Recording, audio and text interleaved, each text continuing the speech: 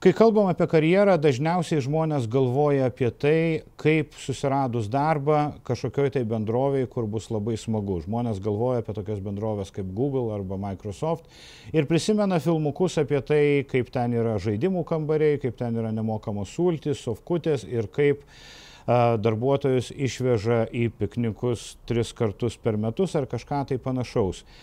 Aš galiu jums pažadėti, jeigu jūs galvosite apie tai, pirmiausiai, ko gero tokio darbo negausite, todėl kad gauna šituos dalykus, žaidimus ir visokius kitokius dalykus, ne tie, kas labiausiai jų nori, o tie, kam mažiausiai jų reikia. Visose bendrovėse, kur yra daug visų šitų švilpukų ir dzingaliukų, jūs būtumėt nustebę, kaip mažai žmonės jais džiaugiasi. Ta prasme, labai maža žmonių dalis ateina į bendrovę dėl šito.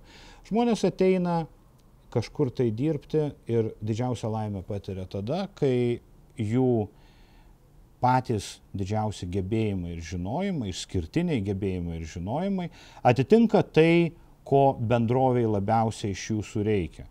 Tai vienas iš dalykų, apie kuriuos paskui norėsiu kalbėti, tai kaip samdytis į darbą ir ką sakyti darbdaviui. Daugelis daro klaidą, jie nori patikti žmogui, kuris sėdi kitam stalo gale, kuris su jais pravedinėja darbo pokalbį. Jiem ne tuo reikia domėtis. Jiem reikia domėtis ne kaklaraiščiu ir ne šukuosena. Jiem reikia domėtis, kokia yra didžiausia samdančios bendrovės problema ir kaip tu su savo įgūdžiais ir savo sugebėjimais tą problemą gali išspręsti.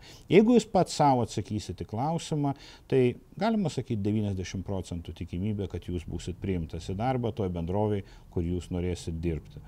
Štai tokia viena iš mažų paslapčių, aš turiu jų daugiau ir apie jas aš pašnekėsiu. Iki susitikimo.